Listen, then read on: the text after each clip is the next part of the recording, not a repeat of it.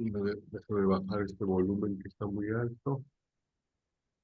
Muy bien, bueno, pues antes que nada, muchas gracias por su asistencia a nuestro seminario permanente de interacciones entre la tecnología, la educación y la sociedad de aquí del Centro Universitario de Guadalajara. Y en esta ocasión tenemos con nosotros a Marta Verónica Guerrero Aranda, es colega de la Universidad de Guadalajara, es Centro Universitario de la Costa Sur.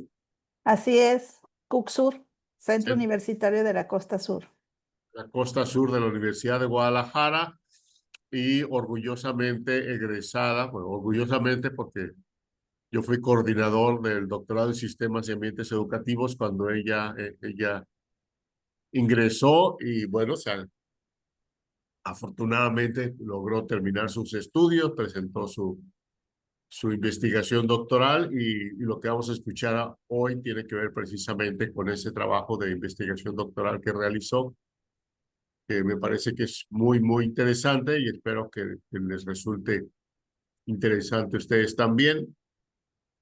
Bueno, básicamente la organización del seminario, más para los que ya la mayoría ya ha estado aquí antes, pero por cualquier cosa lo comento, tenemos aproximadamente una hora para la presentación de Irene, perdón, de Verónica.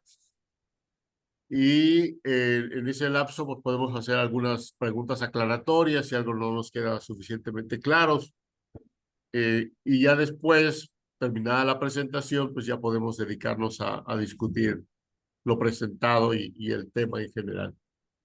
Entonces, sin más, cedo la palabra a Marta Verónica Guerrero Aranda.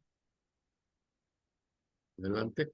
Muchas gracias, doctor Rafael. Pues muchísimas gracias por la invitación y una felicitación a los cuerpos académicos involucrados en este seminario permanente, al de Sistemas y Ambientes Educativos y también al de Gestión de Entornos Virtuales y Procesos para el Aprendizaje. Es importante dar a conocer pues, los trabajos de investigación que se realizan y como lo comentaba el doctor Rafael, pues orgullosamente egresada del el doctorado en Sistemas y Ambientes Educativos, que efectivamente cuando yo fui estudiante coordinaba el doctor Rafael. Entonces, pues estoy muy contenta de estar aquí hablando de un tema que comentaba el doctor Rafael importante y es un tema también que, pues, un tema viejo porque son problemas que se arrastran desde hace muchas décadas y me atrevería a decir incluso desde hace muchísimo tiempo en nuestro país y es como solventar algunas problemáticas de zonas rurales. Entonces voy a compartir mi presentación que preparé para esta charla. Espero si me escuchan bien. Estamos escuchando muy bien. Muy bien. Entonces, bueno, el título de esta charla es Educación Virtual, Alternativa para cerrar la brecha digital de género en mujeres rurales y efectivamente fue mi objeto de estudio en mi estadía en el doctorado, que concluyó pues con mi defensa de tesis recientemente este año, en febrero. Y es importante porque las zonas rurales, pues cohabitamos entre zonas rurales y urbanas y pues tenemos problemáticas diferenciadas, ¿no? Pero quienes viven más en zonas rurales o en zonas metropolitanas, pues algunas veces desconocen de la problemática propia de las zonas o que enfrentan las personas que viven en algunas zonas rurales. Voy a iniciar conceptualizando lo que es el espacio rural y este concepto pues se ha ido modificando desde hace algunas décadas para algunos autores como Farad y Pérez. El medio rural se entiende como una entidad socioeconómica y un espacio geográfico compuesto por un territorio, una población, un conjunto de asentamientos y un conjunto de instituciones públicas y privadas. Hay otros autores que nos mencionan que en las zonas rurales una característica principal es que la mayoría de sus actividades gira en actividades primarias como la agricultura, la pesca, la ganadería, en algunas zonas una producción de autoconsumo. Y el INEGI, ella tiene catalogada como una población rural aquella en la que viven menos de 2.500 habitantes. El INEGI también considera que la población es urbana cuando el número de habitantes es superior a los 2.500. Menciono esto porque eh, desde la definición de la zona rural, pues ya vemos algunas diferencias entre autores y también cómo este concepto ha ido evolucionando.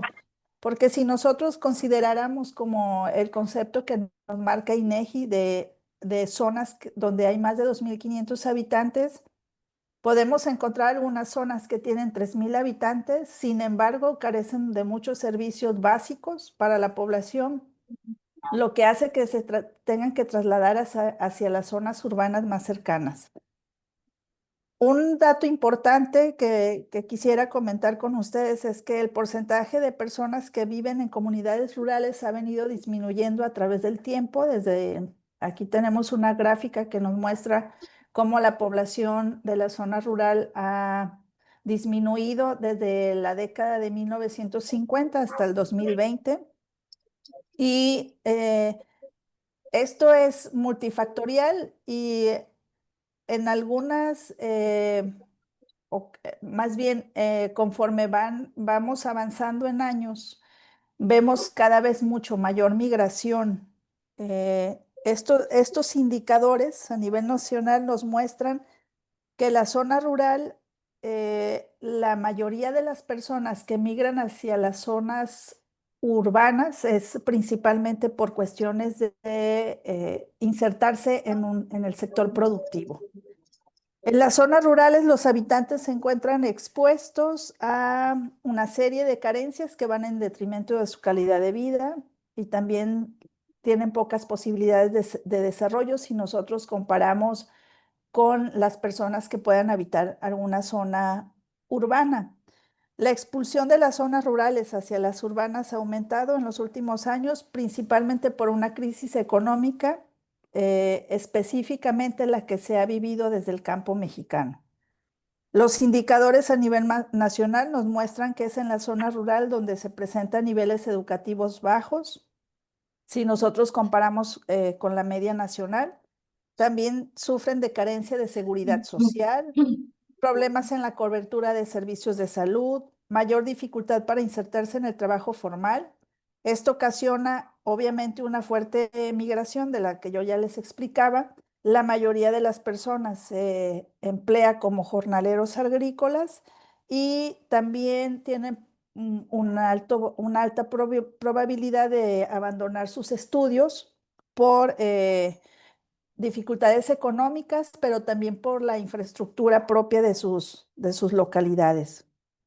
Estos estudios, o digamos que esta falta de estudios se hace más visible o está más de forma más notoria en los estudios profesionales. Quiere decir que son pocas las personas de las zonas rurales que pueden tener acceso a cursar una licenciatura. Asimismo, hay una cantidad considerable de migrantes que son trasladados hacia otros estados del país. Ustedes deben de saber que nuestro país tiene eh, o recibe a muchos de estos jornaleros agrícolas para trabajar en el campo.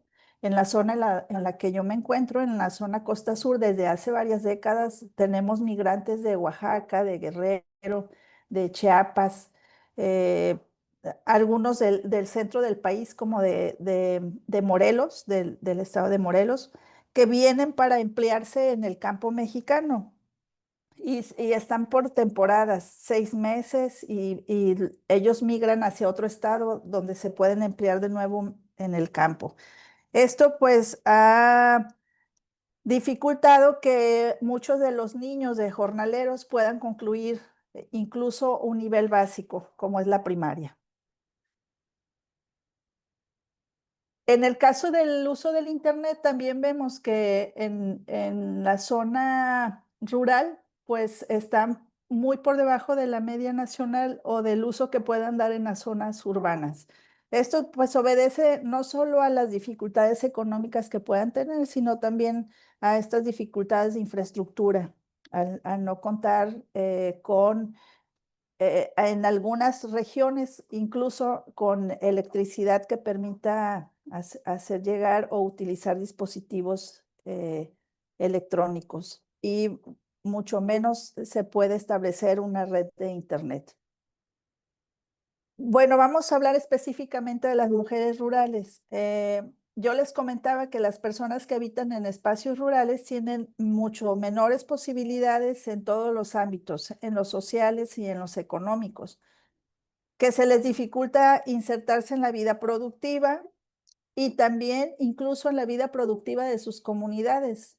Y es por esa la principal razón de migración.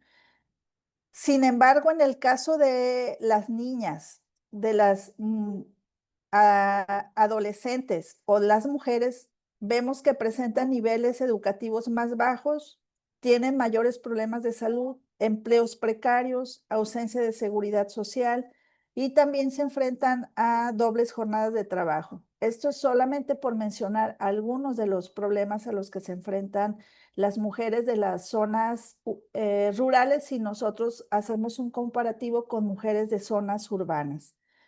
Una de las principales razones por las que las mujeres rurales no continúan sus estudios se debe principalmente a patrones culturales arraigados o a la idea o concepción de que las mujeres deben de cumplir un rol social asignado a su sexo biológico. Me explico.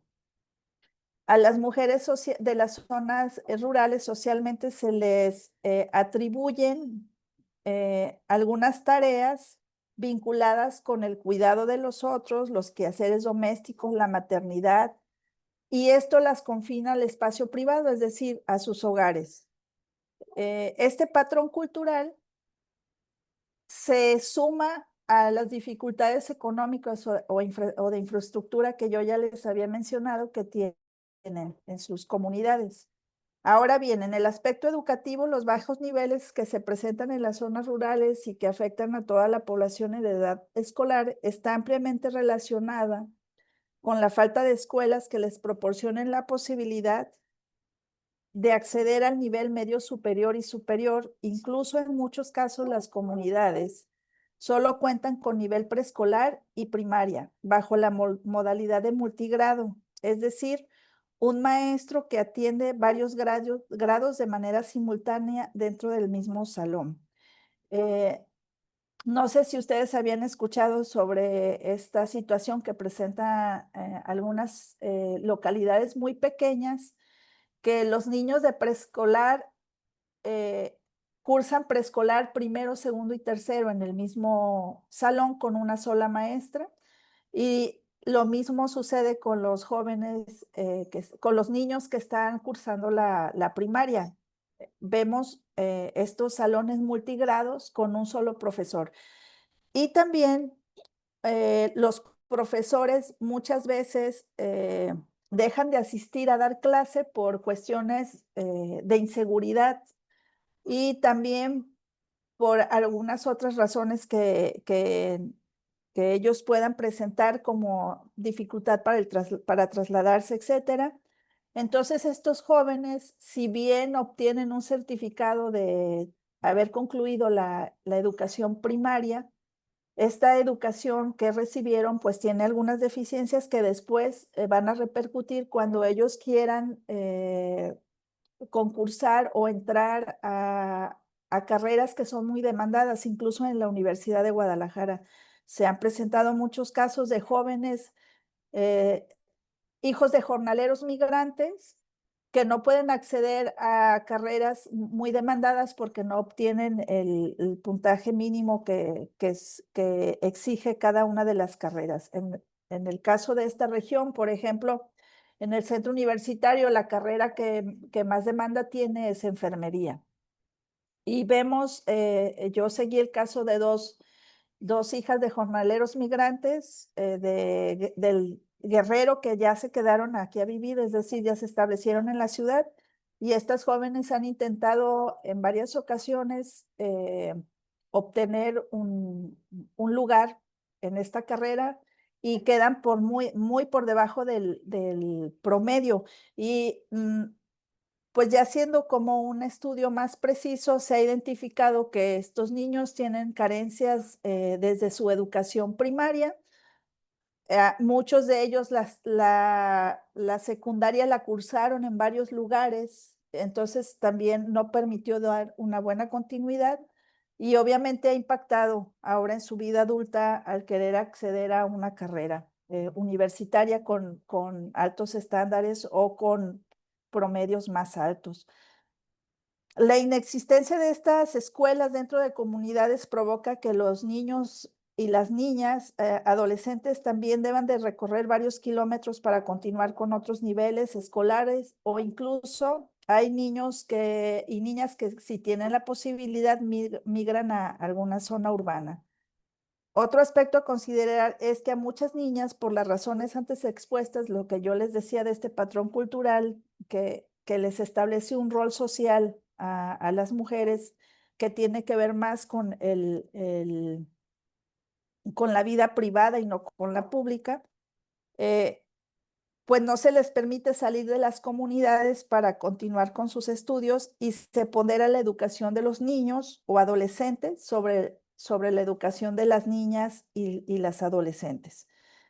Es decir, que es más factible que se continúe el estudio en una familia, los niños que las niñas. Esta situación también ha estado cambiando, ¿eh? En los últimos años vemos que se está alcanzando un poco más de equidad en el acceso de la educación de niños y niñas. Más adelante voy a explicar como qué otra trampa no visible está. Ya no es como el acceso a la educación, podemos decir que es igualitaria. Sin embargo, hay algunas situaciones propias de las niñas que dificultan que ellas puedan continuar con sus estudios. Otra situación común para muchas adolescentes de nuestro país, pues es el embarazo. Eh, voy a buscar la,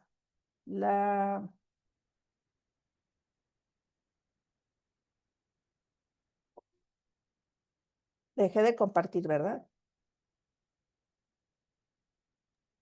No, se sigue viendo todavía. Perdón, es que más bien yo la dejé de ver.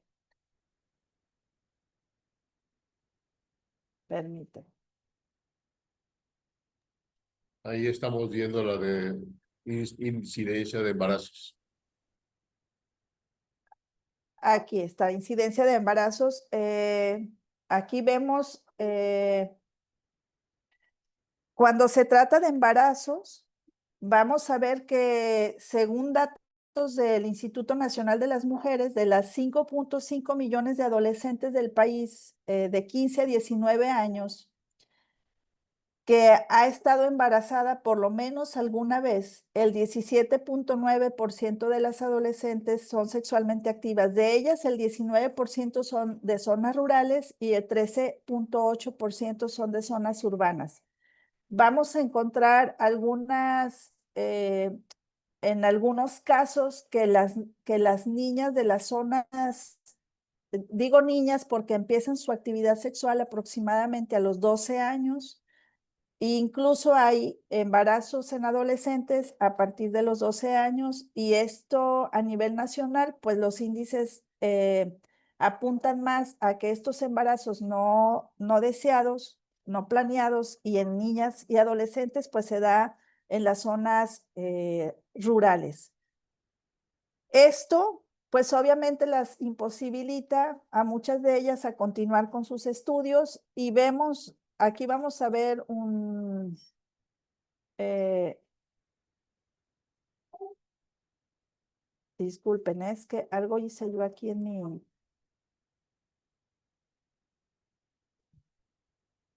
aquí vemos que de estas madres adolescentes, sus estudios Por ejemplo, en el medio superior y superior solamente logran acceder el 12.70%. De secundaria completa vemos el 59.10% y educación básica incompleta un 28.20%. Es decir, que las madres que son o se convierten en madres en la adolescencia, solamente el 12.70% alcanza el medio superior o superior. ¿Sí? Entonces, este es un grave problema también que hay que estar atendiendo en las zonas rurales. Algo que les comentaba yo, por ejemplo, de estas dobles jornadas de trabajo de las mujeres, se le llama doble jornada porque ellas cumplen con el trabajo agrícola o el trabajo que es remunerado con un trabajo que no es pagado. Aquí vamos a ver, por ejemplo, en general, los varones utilizan para el trabajo remunerado, es decir, es este trabajo que recibe un salario, el 69% de los hombres lo recibe y el 31% de mujeres están como en un trabajo que les remunera económicamente. Trabajo no remunerado se refiere como a todo este trabajo que se realiza dentro de los hogares, sobre todo, o también cuando hablamos de cuidado de los otros, es decir, cuando una mujer o un hombre tiene a su cargo el cuidado de alguna persona adulta mayor, de algún enfermo en casa, de niños, que hace trabajo comunitario, trabajo en su comunidad, este es el trabajo no remunerado. Este trabajo no remunerado lo realizan el 67% de este trabajo está realizado por mujeres y solamente el 28% está realizado por varones. Entonces, esta disparidad que nosotros encontramos en esta distribución del trabajo en la población de 12 años a más en nuestro país, que se replica de la misma forma en las zonas rurales, eh, va a dificultar que las mujeres puedan tener tiempo para continuar con sus estudios y también incluso para insertarse en actividades que les remuneren algún beneficio económico. Aquí desglosa más o menos las actividades que se realizan y de este trabajo productivo que se hace o trabajos no remunerados también y más o menos cómo es la distribución y el tiempo que dedican las personas a realizarlo a la semana. Lo que yo les comentaba, este trabajo no remunerado que hacemos como dentro de los hogares, pero también trabajo voluntario, no sé, algunas campañas que hay para recolección de basura. En las comunidades hay muchas campañas también que organiza la religión católica a través de las iglesias, se hacen algunas kermeses y para obtener recursos económicos para hacer algún, eh, algún trabajo en los templos o en la misma comunidad, vemos que quienes más participan son las mujeres, las niñas, las adolescentes. Eh, y el trabajo doméstico, vean como la gran diferencia de horas invertidas de las mujeres con las horas que invierten los varones. Igual para el cuidado de los integrantes del hogar, ya les explicaba, ¿a quiénes podemos cuidar? Pues a personas adultas mayores, a personas enfermas, a nuestros hijos, hijas, etcétera. Entonces, esta disparidad en el uso del tiempo también es un factor importante para que las mujeres tengan dificultad de insertarse en el sector educativo, es decir, de manera formal en la escuela, de continuar con sus estudios, y eso va a repercutir en la vida adulta, pues la dificultad para insertarse en una actividad remunerada o en una actividad productiva que les remunere y que les posibilite tener como un escalafón y mejora en su calidad de vida.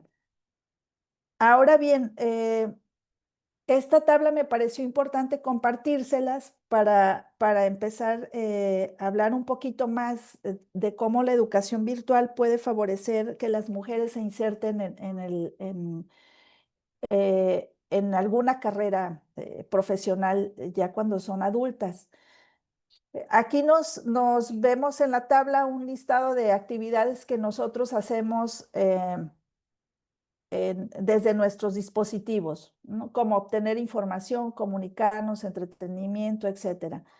Y vamos a ver que las mujeres utilizan mucho más o en una proporción mayor para actividades que tienen que ver con la educación. Vemos que el 72.3% de las mujeres expresa que utiliza el Internet para acceder a educación o capacitación contra un 69.4%.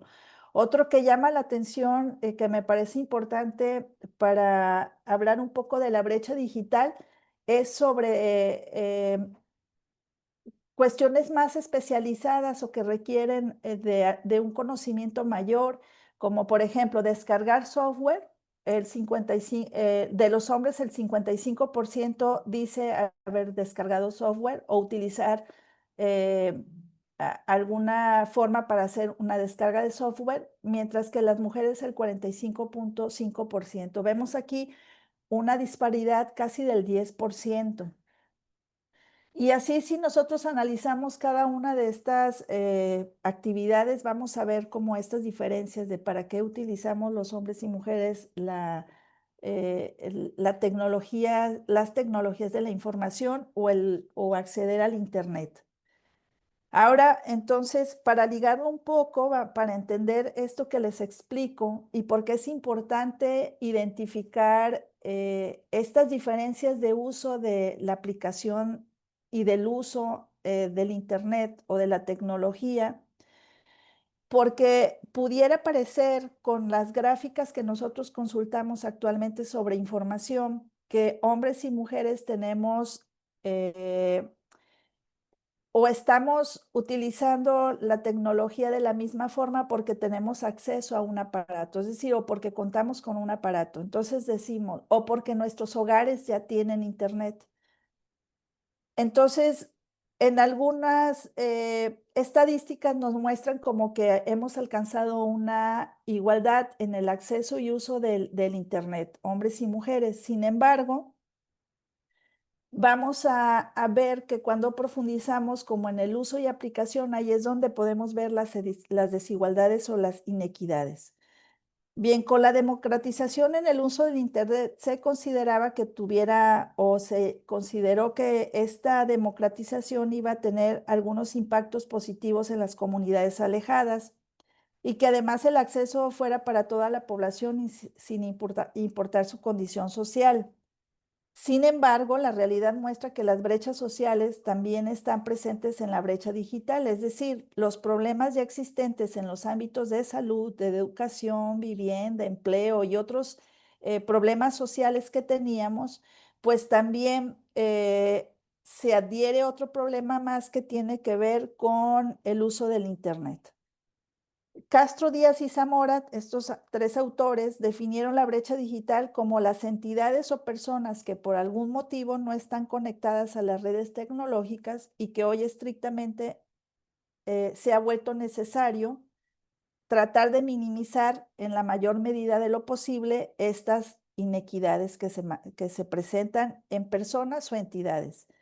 La brecha digital se manifiesta en varios aspectos, pues intervienen factores sociales, económicos, geográficos, culturales y de género que marcan la diferencia en el acceso a Internet, el uso y acceso a tecnologías de la información y de la comunicación, y en la infraestructura que se encuentra instalada y da soporte a la distribución de red en el país. Ahora bien, paralelamente a la brecha digital, vamos a encontrar la brecha digital de género que Palomares la describe, o más bien nos menciona que la podemos identificar de tres formas: en el acceso a la tecnología, en el uso que se hace de la tecnología y la relacionada con la utilización de los servicios TIC más avanzados. De igual forma, resalta la poca utilización de niñas a la producción de tecnología, de niñas, adolescentes y mujeres adultas en la producción de tecnología. Y lo podemos, yo lo he identificado, por ejemplo, en algunas situaciones muy prácticas, que las niñas, adolescentes y algunas mujeres sienten o tienen la percepción de que no son hábiles para el uso del Internet. En el caso de las niñas, específicamente con los videojuegos. Muchas niñas sienten que los videojuegos requieren de un conocimiento sobre tecnología más avanzado del que ellas consideran que tienen, entonces muchas de ellas no se acercan a este tipo de entretenimiento a través de videojuegos, y vemos que hay niños que juegan más o que están más insertos en el uso de los videojuegos. Esto tiene una repercusión también en la adolescencia y más allá cuando son jóvenes que están por elegir algunas carreras universitarias, y vemos que la mayoría de mujeres que entran a alguna carrera que tiene que ver con las ingenierías, que además son minoritarias las mujeres ahí, pues tuvieron alguna dificultad a lo largo de su trayectoria escolar para poder definir la carrera. Ya estando en la carrera, por ejemplo, muchas de las mujeres se dedican no a la programación, es decir, tenemos pocas mujeres programadoras todavía. Entonces, con este ejemplo les quería explicar un poco en qué consiste esta brecha digital de género. Ya no está esta brecha digital en el poseer un aparato electrónico o en el tener acceso a red de Internet o hacer uso de las TIC, sino más bien está relacionada con la falta de mujeres en la producción y desarrollo de tecnología. Ahí es donde vemos una brecha digital todavía que persiste. También algunos autores nos mencionan, como Martínez en el 2020, él nos mencionaba que a menor el nivel escolar es menor la probabilidad de conectarse y usar la red. Por lo tanto, si consideramos que la escolaridad en las zonas rurales está por debajo de la media nacional, podemos contextualizar todos los aspectos mencionados con anterioridad. De tal manera que la brecha digital de género nos remite a las siguientes particularidades que provocan desigualdades entre hombres y mujeres al usar la tecnología. Por ejemplo, la intensidad, los usos, las habilidades, la soltura, la afección respecto a las TIC. También nos van a mostrar algunos indicadores de que existe alguna brecha digital de género.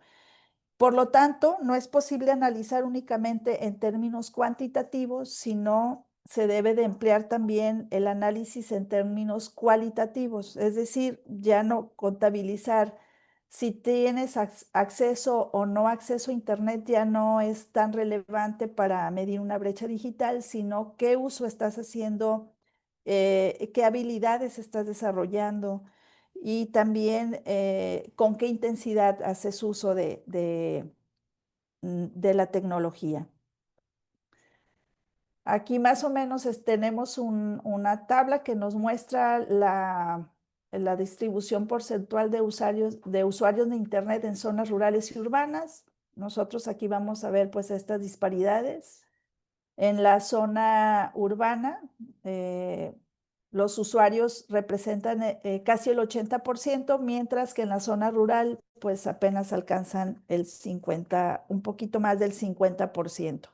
Y entonces, lo que nos comentaba Martínez en su estudio que realiza en el 2020 sobre que nuestro nivel escolar se ve también representado en nuestra probabilidad de conexión y de usar el Internet, pues estas gráficas nos nos pueden dar una visión más clara.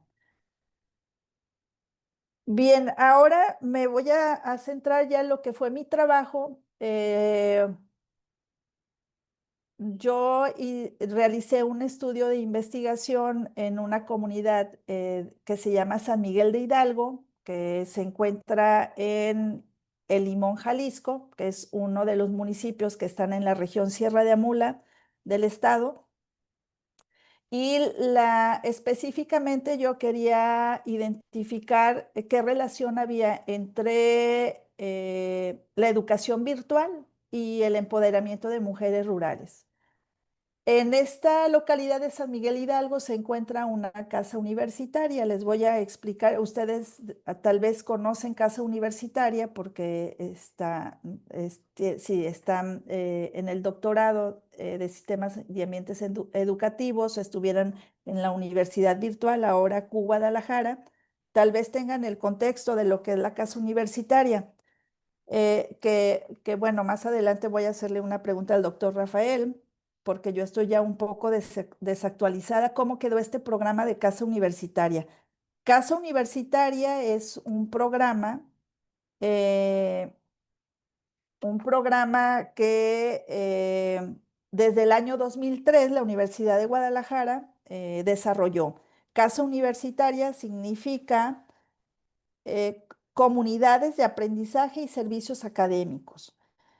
Pertenecía al sistema de universidad virtual de la Universidad de Guadalajara. Las casas universitarias se encuentran a- hasta cuando yo realicé el estudio en el 2023, encontrábamos un poquito más de 37 casas universitarias distribuidas en el estado de Jalisco. Quiero hacer aquí mención de que no todas se encuentran en zonas rurales, porque también vemos algunas que se encuentran en la zona metropolitana, pero yo específicamente me voy a referir a las que se encuentran en zonas rurales y más detalladamente a esta casa universitaria que se encuentra en San Miguel de Hidalgo, ¿no? Que aquí la vemos en el número 19. Estas casas universitarias, uno de sus objetivos era no solamente acercar servicios universitarios a las poblaciones con alguna vulnerabilidad, y también atender a segmentos de la población que ya sea por su condición socioeconómica, por cuestiones de salud, por cuestiones geográficas, tuvieran dificultad para acceder a la formación educativa, una educación que fuera formal. La casa universitaria o la mayoría de las casas universitarias se encuentran equipadas con computadoras, internet, así como material bibliográfico. Brindan servicios abiertos a la comunidad donde se establece, eh, en donde las establecen, no solamente es para quienes buscan darse de alta en algún programa formal, sino también ofrecen otros servicios. Por ejemplo, esta casa universitaria de San Miguel cada verano organiza algunos cursos para niños, niñas y adolescentes, pero también es importante esta casa universitaria en esta comunidad rural porque es el único lugar donde las personas pueden ir a imprimir documentos y entonces imprimen documentos como CURPS, actas de nacimiento o algunos documentos que necesitan para algún trámite. Entonces, más allá de hacer extensivo el acceso a la educación formal, también ofrece este tipo de servicios que son más básicos o técnicos.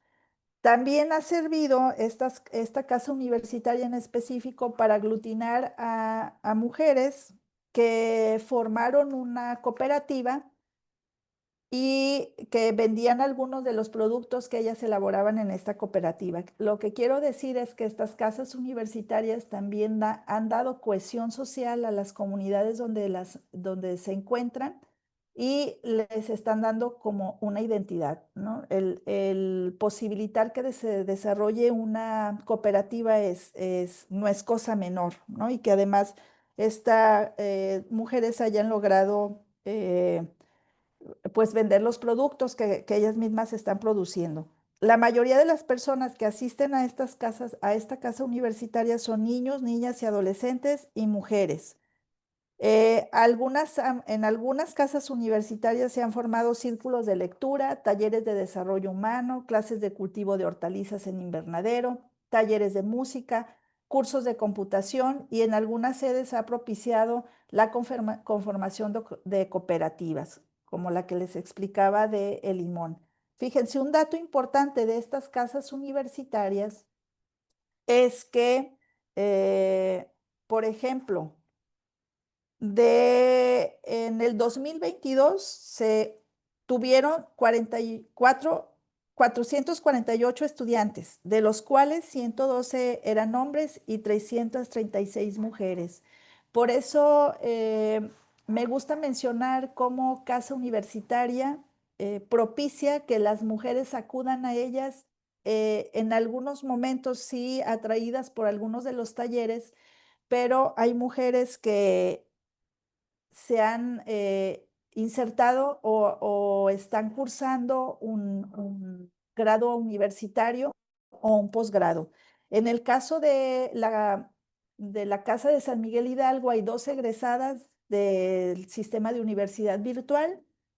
Una concluyó la preparatoria, bueno, las dos concluyeron la preparatoria ahí y cursaron una licenciatura, y una de ellas hizo una maestría y actualmente está pensando en estudiar un doctorado.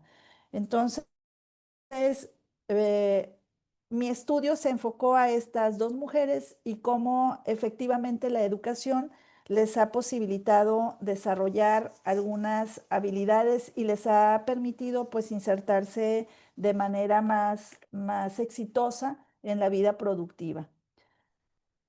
Algunas conclusiones es que la brecha digital de género se suma pues a las brechas que ya están presentes, a las socioculturales, a las económicas, a las políticas, pero agudizándose para algunas diversas condiciones como el espacio geográfico que habitan las mujeres en zonas rurales, ya que ellas presentan mayor carencia que las mujeres que viven en las zonas urbanas. Algo que complejiza la situación de las mujeres rurales son los patrones culturales que persisten con mayor apego en las comunidades pequeñas, las ideas y representaciones que tienen acerca de lo que las mujeres deben o no deben hacer, es decir, todos estos estereotipos y roles sociales que les han sido asignados. Y estas limitaciones van más allá de lo que podemos imaginar, no solo en el ámbito personal, sino también en el ámbito público. Todo está relacionado con esta idea de que las mujeres tienen que ocupar un espacio que sea del cuidado de los otros, trabajos y tareas domésticas. Por lo tanto, la representación de mujeres en los espacios de tomas de decisiones de sus comunidades es poca o nula.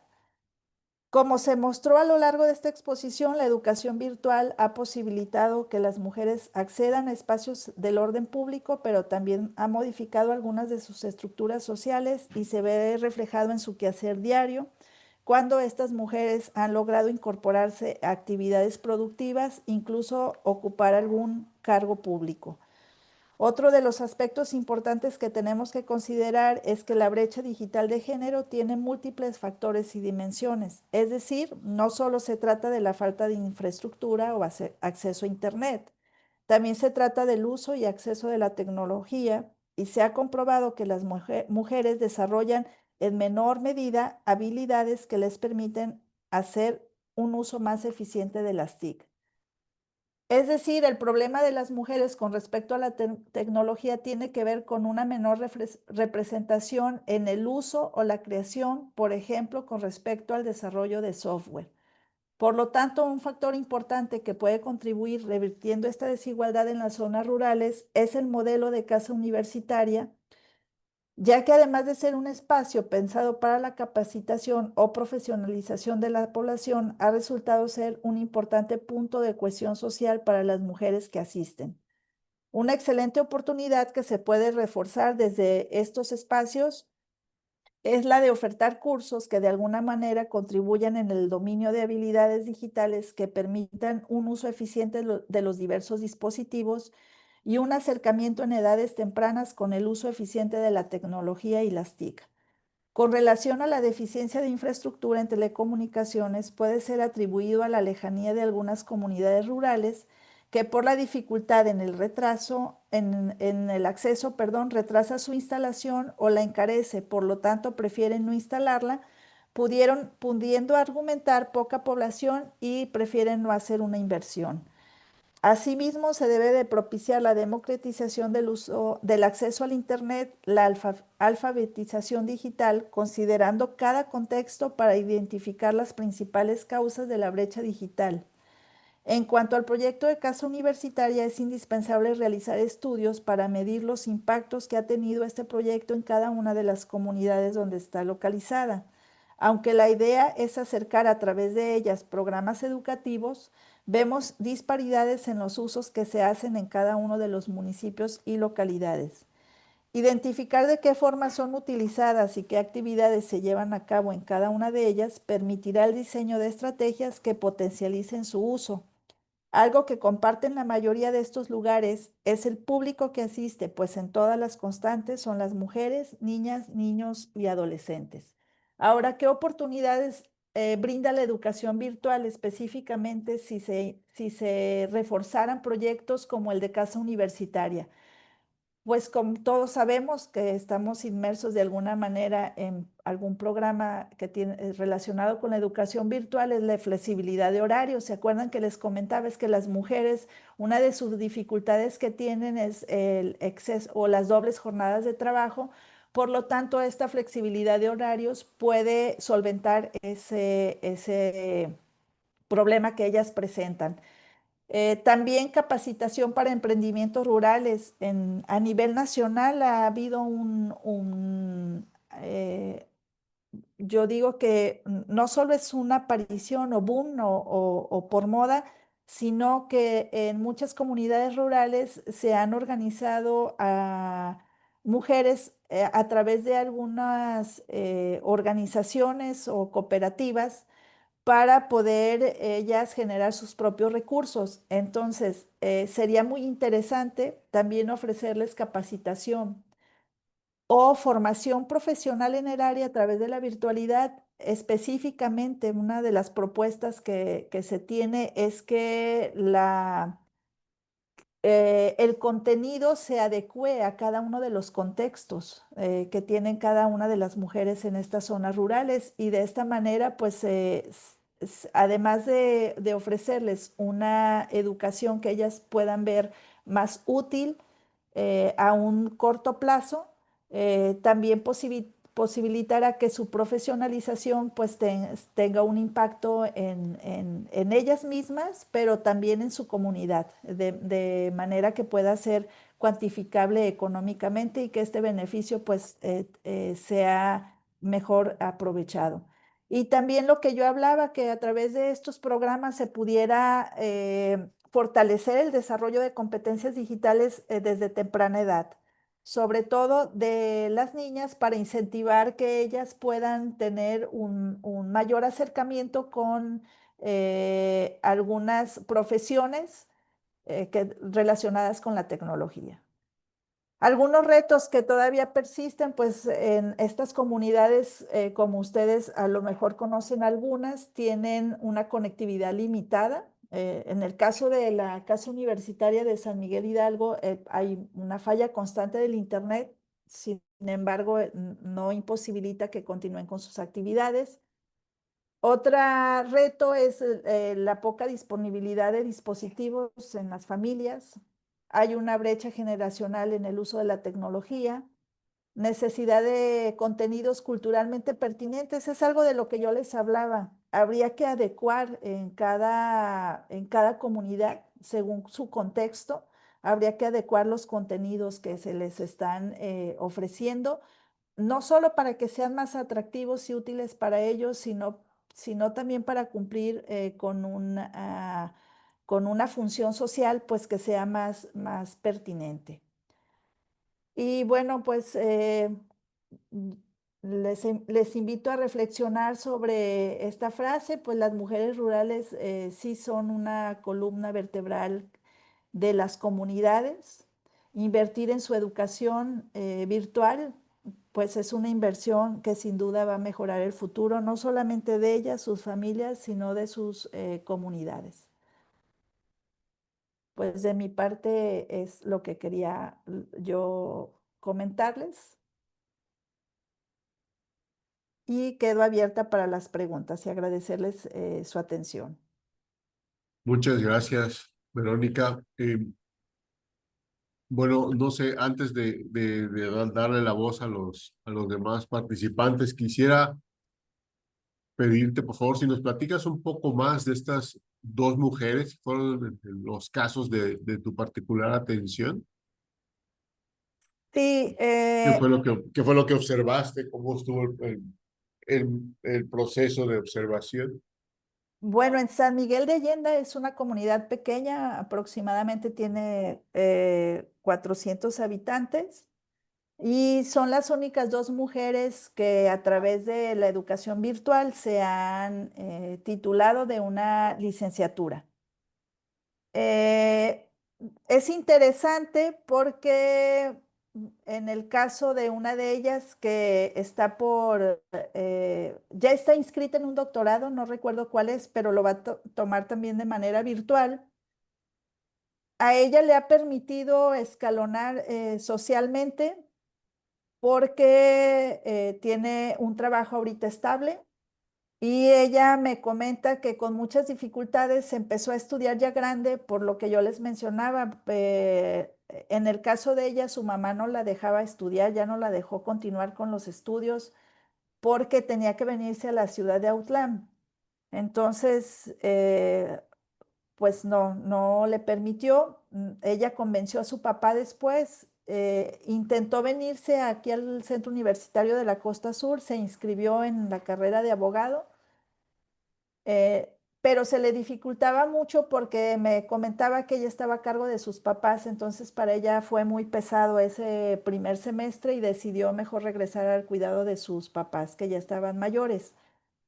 Entonces ella entra como promotora casa universitaria. Eso también es algo interesante, pues que ella tuvo contacto primero de manera laboral con casa universitaria y eso le permitió conocer el programa y entonces se interesó por estudiar la licenciatura primero. Ella convenció a una amiga para que estudiara también la licenciatura con ella y entonces las dos concluyeron su licenciatura. La segunda mujer, bueno, más bien yo tuve más contacto con la que actualmente está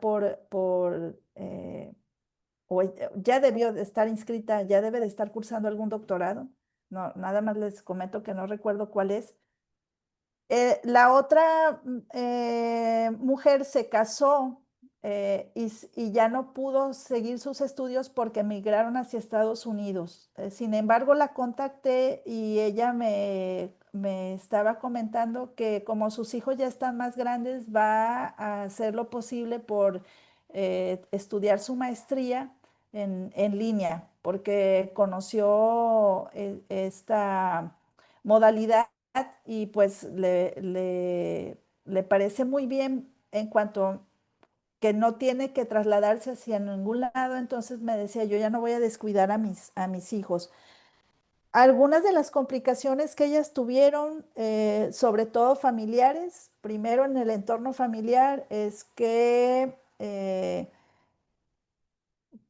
pues muchos las desanimaban para que ellas estudiaran. Una de las ventajas de la virtualidad que yo identifiqué con mi trabajo de investigación y que no había leído en ningún trabajo, es que la virtualidad permite de una manera muy velada como romper con un patrón cultural. Es decir, la mujer está estudiando, pero como está en casa o donde ella decide, es decir, no tiene que trasladarse, eso no va a causar como un cambio abrupto en su entorno, porque la siguen viendo ahí, porque ella sigue haciendo las actividades, pero bueno, pues está educando, ¿no? Está estudiando y ella está cambiando toda su percepción que tiene de su contexto, está incrementando su nivel educativo y todas las ventajas que la educación sabemos que nos aporta como seres humanos.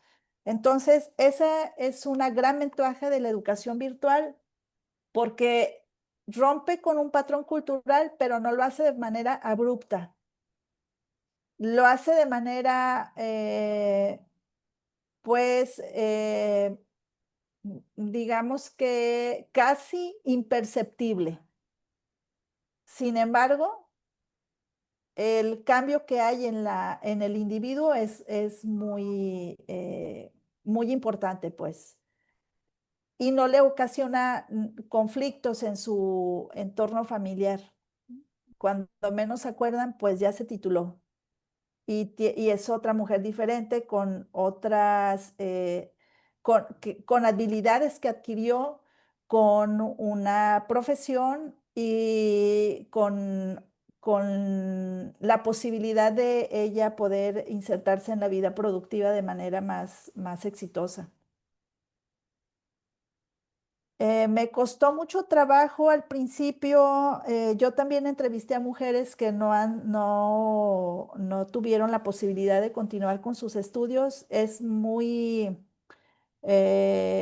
es muy notorio la forma de pensar de las mujeres que han tenido acceso a la educación, de mujeres que no la han tenido, y puede haber algunos indicadores que pueden ser muy notorios o visibles, como el número de hijos que tuvieron, la edad en la que contrajeron matrimonio, esos datos que son como muy cotidianos, pero también les cambia mucho la percepción sobre su contexto y sobre lo que ellas pueden apoyar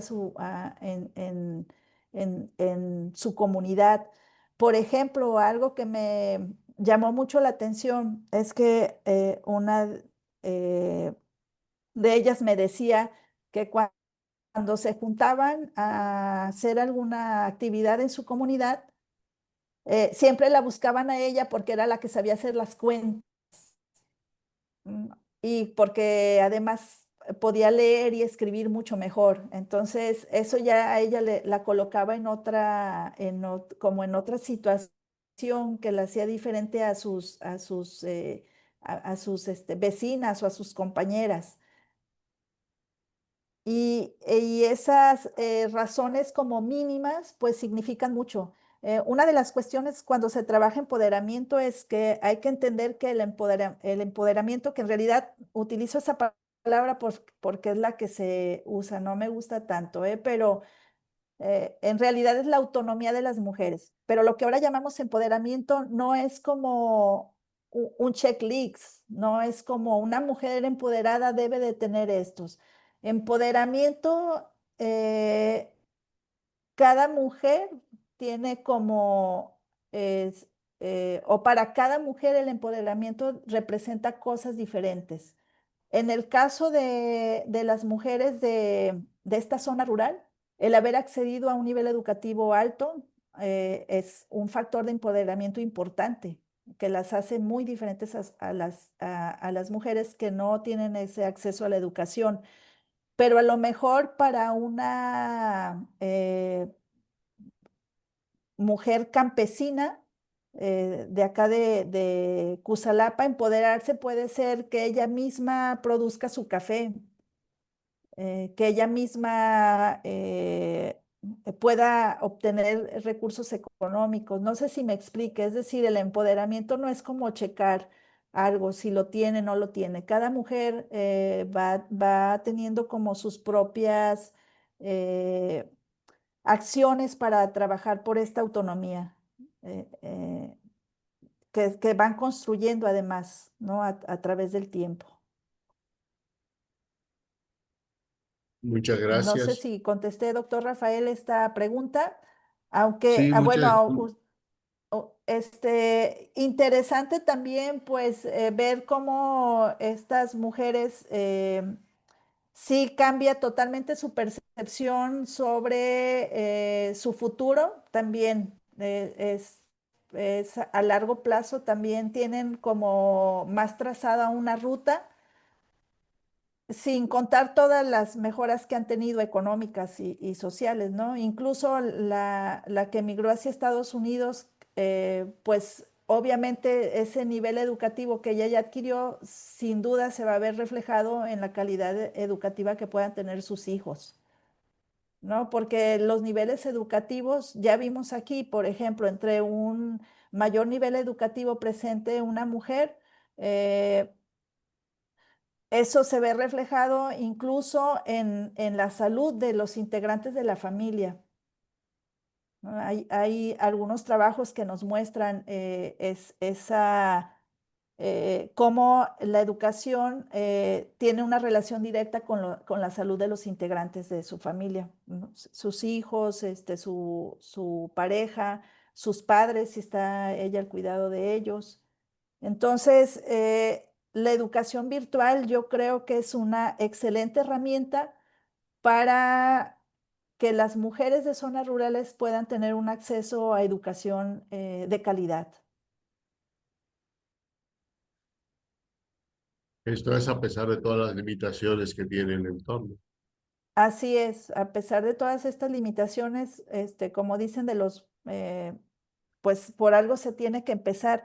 Y lo que yo le quería preguntar, doctor Rafael, porque cuando presenté mi tesis estaba una de las lectoras de tesis que es del sistema de universidad virtual, que ahora creo que se llama Q Guadalajara, no sé si siga llamándose sistema de universidad virtual. Pero me comentaba que mucho de este programa de casas universitarias ya no está funcionando como lo hacía. En el caso de las que yo tengo contacto, pues el programa de casas universitarias, hay que decirlo que no tenía como recursos propios, ¿no? Para que se llevara a cabo en las comunidades. Entonces, según el interés de la comunidad es como se van manteniendo estas casas Ujú. universitarias. Yo no sé si siga todavía el programa de casas universitarias desde el Q Guadalajara o ha cambiado de nombre o si en algunos lugares pues de plano ya desapareció. Y bueno, lo que yo entiendo es, bueno, el sistema de universidad de Guadalajara, el sistema de universidad virtual se dividió en dos. Una parte se constituyó en una dirección general, lo que es UDG Plus, se conoce como UDG Plus, y en esa área se quedaron pues lo que eran las coordinaciones que son de interés, digamos, para la universidad, para difundir las prácticas del uso de tecnología, educación, el uso de medios, etcétera, como es, por ejemplo, la coordinación de bueno, la dirección de tecnologías, la coordinación de diseño educativo, la coordinación de formación docente. De todas esas áreas se quedaron en UDG Plus, educación continua se quedó también en UDG Plus, y los programas académicos de licenciatura, bachillerato, todos los programas académicos migraron al SEIMS, el bachillerato, las licenciaturas se repartieron, algunas se fueron a CUSEA, otras se fueron al CUSEI, y las demás, la mayoría se vinieron aquí al Centro Universitario de Guadalajara, y los posgrados se vinieron también al Centro Universitario de Guadalajara. Entonces, bueno, Casa Universitaria se queda en UDG Plus. Creo que le cambiaron de nombre y le dieron un giro, pero no estoy enterado. No sé si alguno de los asistentes tiene más información al respecto. No, parece que no, Muchas pero creo que le cambiaron de nombre y están haciendo un poquito diferente. gracias, doctor, porque sí sería una lástima que se perdiera, Sí, sí, sería la una verdad. lástima. Bueno, no sé, ¿alguien más? ¿Alguien que quiera comentar, que quiera preguntar? Adelante, Nancy. Hola, muy buenos días a todos.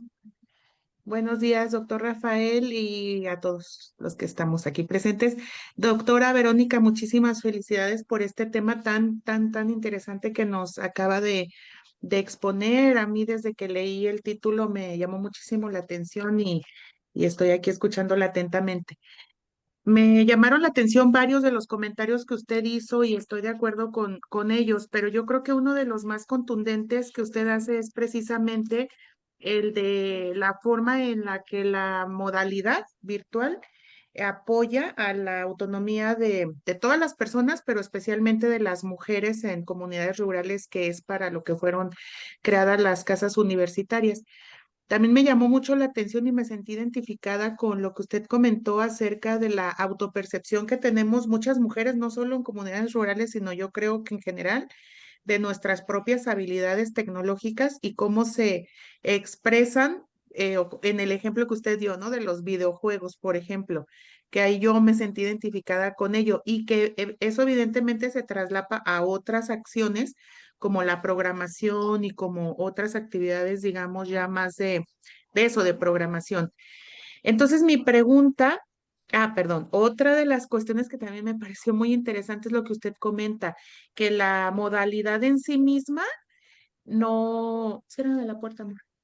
La modalidad en sí misma no cambia las raíces, culturales de las familias, no de las mujeres. Yo creo que de las mujeres sí, no de su percepción, pero de las familias que nos rodean, que al ver que las mujeres que trabajamos en casa, estudiamos en casa, estamos en casa, digo, no se nos disminuye el trabajo de casa, ¿verdad?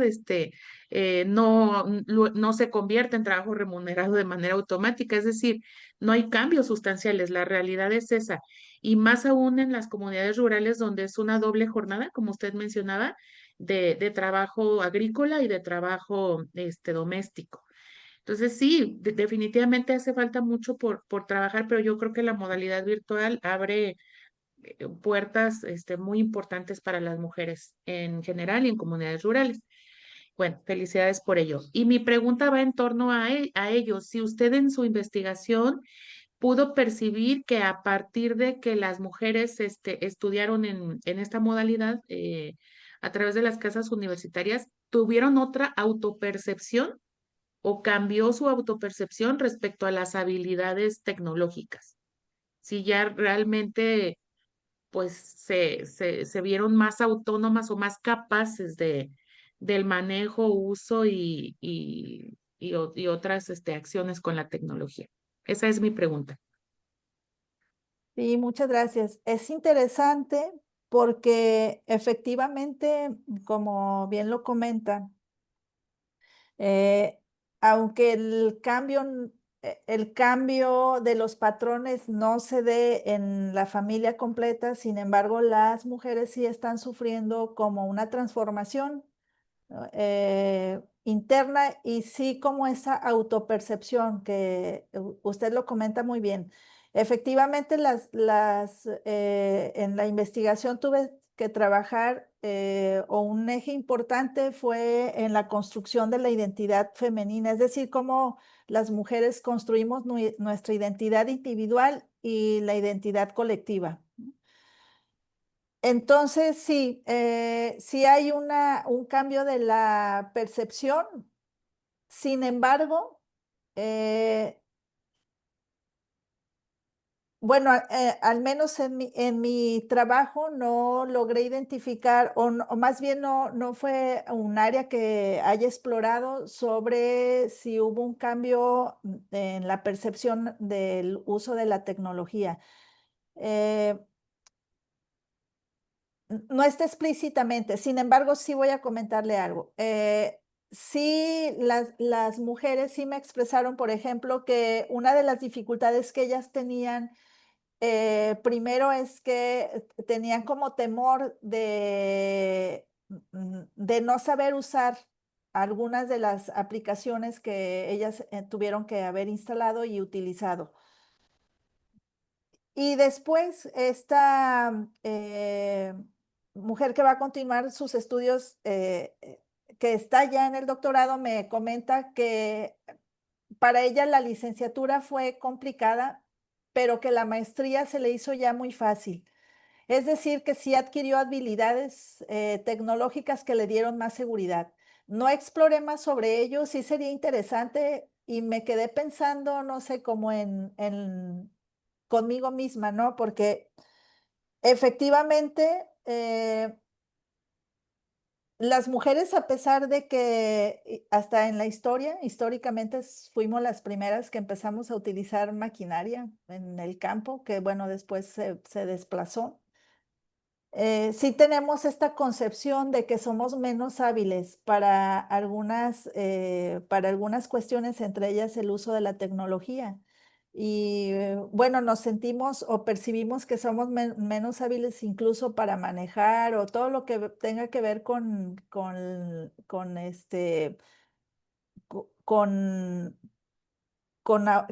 aparatos, con instrumentos, con herramientas, sí, con automotores. Sí tenemos esta percepción de que tenemos menos habilidades que los varones porque es algo cultural, ¿no? Lo hemos aprendido.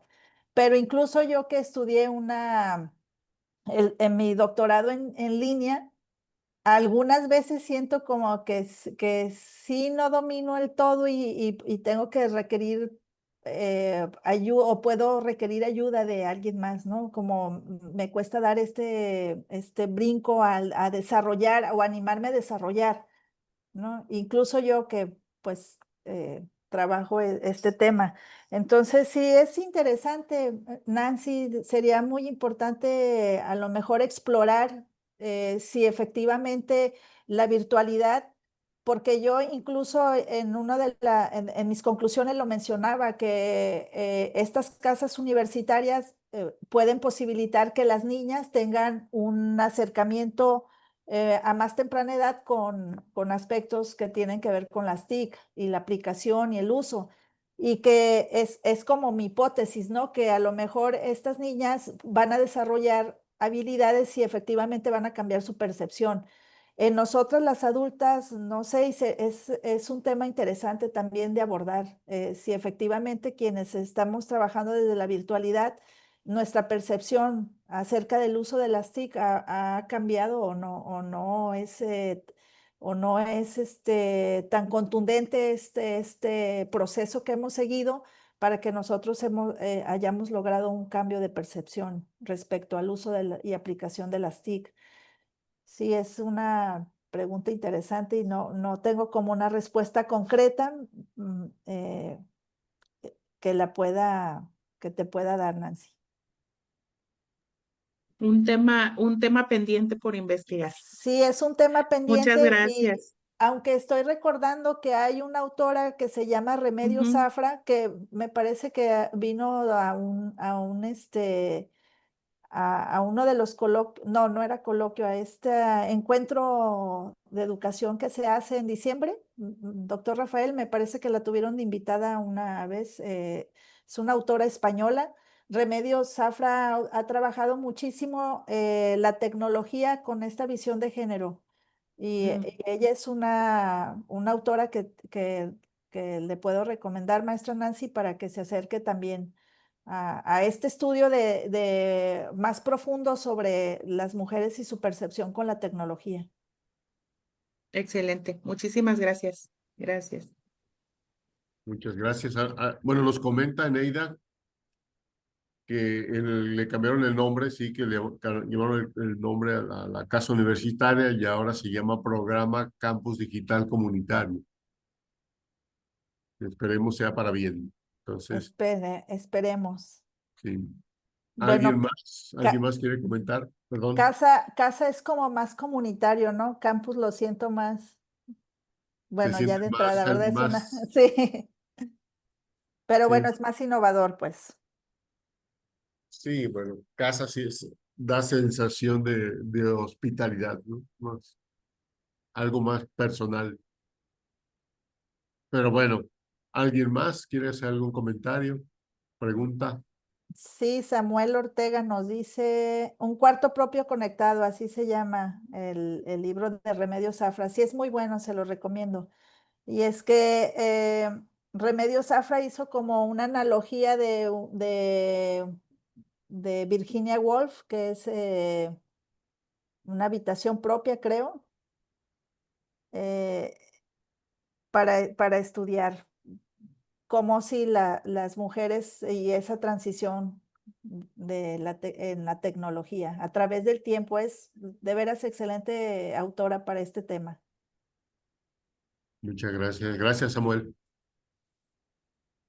Bueno, yo te quería preguntar, ¿cuál, qué identificas bueno, y comentaste un poco, pero si pudieras ahondar un poquito más, digo, tenemos casos como los que observas con estas dos mujeres que son de área rural, pero las dos terminan sus estudios de licenciatura, una termina sus estudios de maestría, mientras el resto de las demás se queda con preparatoria, algunas con secundaria, algunas con primaria, y siendo un contexto tan chiquito, digo, porque cuando hablamos de una ciudad, pues hay la cantidad de factores que pueden hacer diferencias, son muchos. Pero cuando hablamos de una comunidad pequeña, no sé, o sea, ¿qué es lo que observas? ¿Qué es lo que provoca que algunas personas tomen direcciones tan diferentes del resto de la población? Yo logré identificar que el principal motivo es económico. Las dificultades económicas van haciendo que las niñas y los niños no puedan ir escalonando en el sector educativo. Incluso aquí Autlán es una zona metropolitana, pues de esta región, así le llaman, ¿no? Como zona metropolitana, somos varios municipios, el más grande es Autlán. Y la cabecera municipal de Autlán, pues tiene aproximadamente 45,000 habitantes, no es tampoco muy grande, pero aquí tenemos una población cercana a media hora de Autlán, 20 minutos tal vez, si vamos en vehículo particular. Y en esa comunidad hay una escuela multigrado, por eso cuando uno escucha de escuelas multigrado, cuando vives en la ciudad, te imaginas que esas escuelas multigrado estaban hace, no sé, 3 décadas, 4 décadas, pero no, en la actualidad están estas escuelas multigrado. Entonces, los niños asisten con un solo profesor y ese profesor atiende los 6 grados o los 3 grados o de lo que vaya teniendo. Y yo también creo que los niños van como perdiendo ese interés por la educación o la ven como algo aburrido. Y cuando entran a la secundaria, pues ya tienen esta deficiencia que no fue cubierta en la edad primaria y entonces creo que ese es un factor muy importante que los va desmotivando. Se empiezan a insertar en la vida productiva, es decir, los empiezan a mandar a trabajar o ellos mismos deciden irse a trabajar y entonces empiezan a obtener dinero de manera pues inmediata y eso también hace que aún más vayan ellos desinteresándose por una carrera. Ya ni pensar como en una carrera profesional, ni siquiera algunos quieren terminar la preparatoria.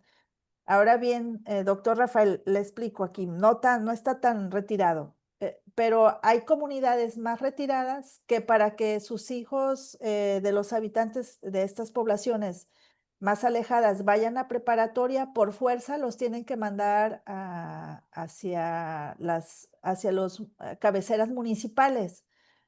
Entonces, en muchos casos no hay un transporte seguro para que sus hijos vayan a la preparatoria.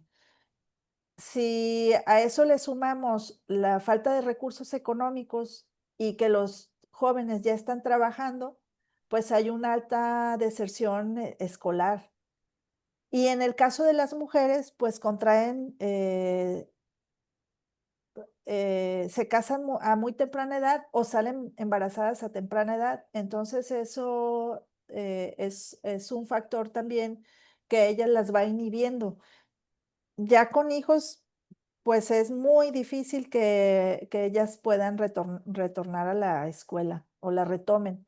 Entonces, yo creo que en el caso de las zonas rurales sigue siendo un problema estructural más el problema que tenemos de patrones culturales. Incluso yo me he dado cuenta en la cabecera municipal, pues que hay algunas jóvenes que deciden ya no estudiar porque sus papás o sus familiares las van desinteresando de hacerlo y les dicen es que para qué estudias si te vas a casar y entonces no, ni vas a poder trabajar. Yo sé que eso está cambiando cada vez más. Sin embargo, todavía tenemos estas ideas arraigadas en algunas familias, en algunos lugares más que en otros, y esto va haciendo que los jóvenes también vayan perdiendo como el interés de continuar con sus estudios. Entonces, tenemos en zonas rurales esta situación estructural que tiene que ver con la falta de escuelas, con una economía muy precaria y ya ni mencionar que tienen también carencia en otros servicios que se requieren para poder continuar con sus estudios. Muchas gracias. ¿Alguien más? Eh, Eneida, adelante.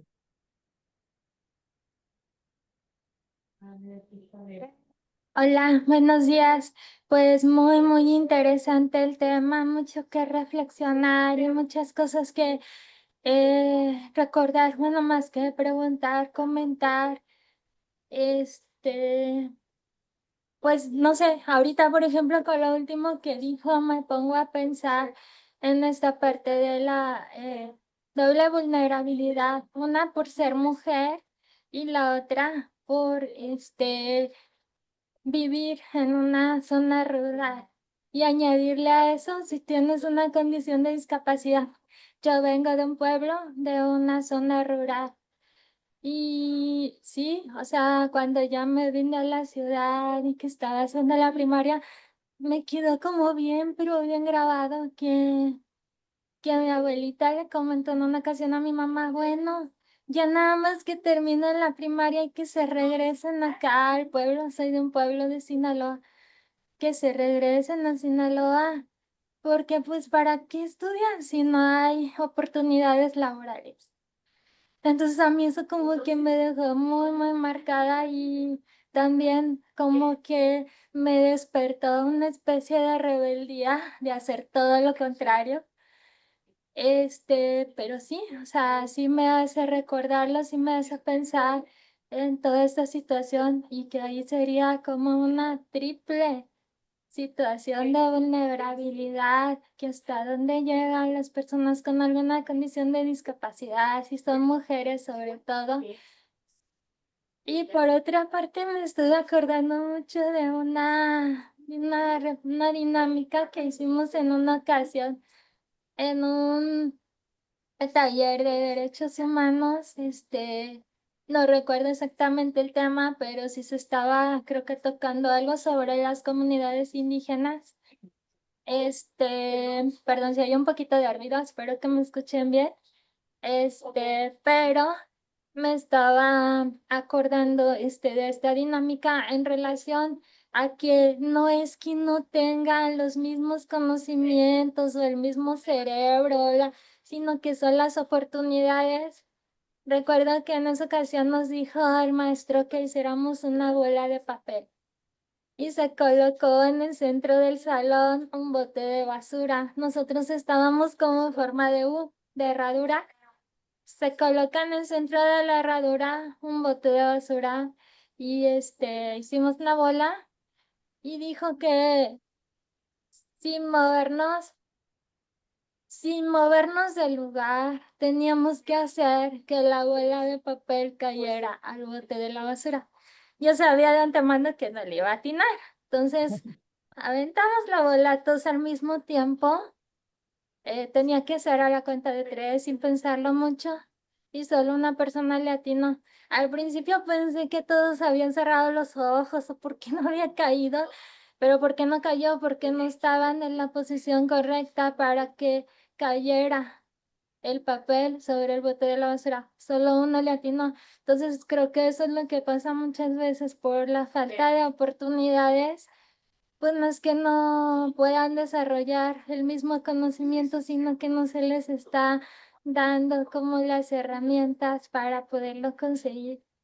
Entonces será algo de lo que, de las reflexiones que se me estuvieron viniendo a la mente mientras la escuchaba. Muchas felicidades, muy, muy bonito proyecto. Muchas gracias, Eneida. Qué rico escucharte. Efectivamente, comentas algo que se discute mucho sobre la doble y triple discriminación y bueno, cuádruple, ¿no? Porque cuando hablamos mm, de mujeres tendemos a generalizar y no tenemos problemáticas iguales, igual que los varones, ¿no? Y efectivamente las mujeres indígenas o las mujeres con alguna discapacidad pues se ven enfrentadas a esta doble o triple discriminación en nuestro país. Y sí, me hiciste recordar algo muy importante, efectivamente, no es la falta de capacidad de los jóvenes, de los niños, jóvenes y adolescentes que hay en las comunidades, simplemente esa falta de infraestructura que le dé sostén a estas actividades educativas es que va haciendo una deficiencia en ellos, que de alguna manera repercute en su vida adulta, ¿no? Yo les comentaba. En el caso de carreras que son muy demandadas, es muy difícil que pueda acceder un joven que hizo sus estudios en una comunidad indígena. Recuerdo que hace algunos años estuve yendo a la UCI, que era la Unidad de Apoyo para Comunidades Indígenas de la Universidad de Guadalajara, y una de las solicitudes que hacían los representantes de los wixárikas en ese entonces estaban ubicados en el Cuartos, es que hubiera un porcentaje de acceso a estudiantes de medicina, pero de su comunidad, porque nunca alcanzaban los promedios mínimos.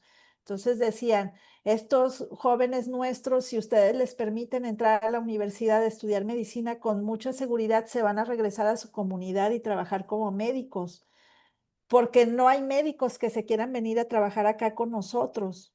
Entonces, denle la oportunidad. La verdad es que no se logró en esa época, ojalá ya lo hayan podido hacer, pero no era más que esta dificultad que enfrentaban al hacer el College Board para obtener el puntaje que le solicita la universidad cuando tienen toda esta carencia educativa que vienen arrastrando desde su infancia.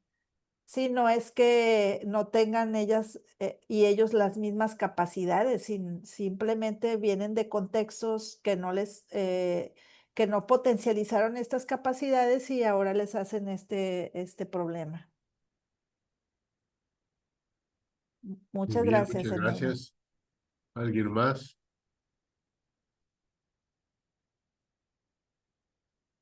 Bueno, a mí me gustaría comentar, tomando este tema que comentaste, ¿no? Que hay diferentes formas de empoderamiento.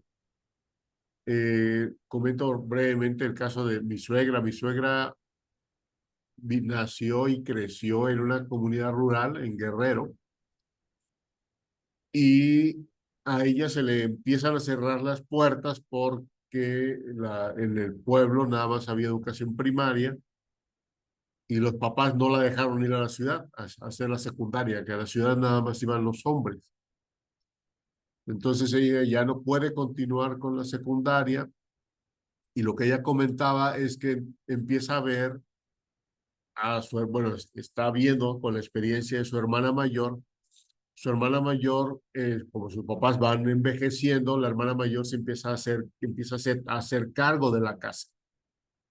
Y entonces empieza a observar el tiempo que su hermana mayor pasaba en la cocina, trabajando en la cocina, guisando, moliendo el maíz, todo el trabajo pues, de la preparación de la comida en la zona rural. Y ella lo que decía es que yo no quiero hacer eso.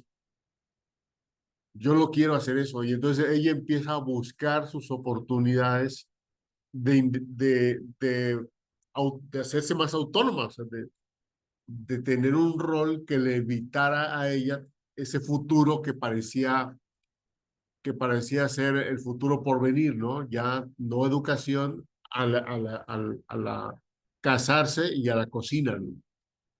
Y entonces empieza a coser y es a través de la costura como logra en un momento dado liberarse del rol de la cocina porque empieza a ingresar dinero a la casa familiar a partir de lo que ella puede hacer, ¿no? Empieza a confeccionar pantalones, vestidos, lo básico y a remendar, a corregir y entonces eso es lo que para ella acaba siendo su autonomía, esa posibilidad de ella poder decidir un poco más sobre su vida porque ella aportaba a la familia a través de los ingresos de la costura.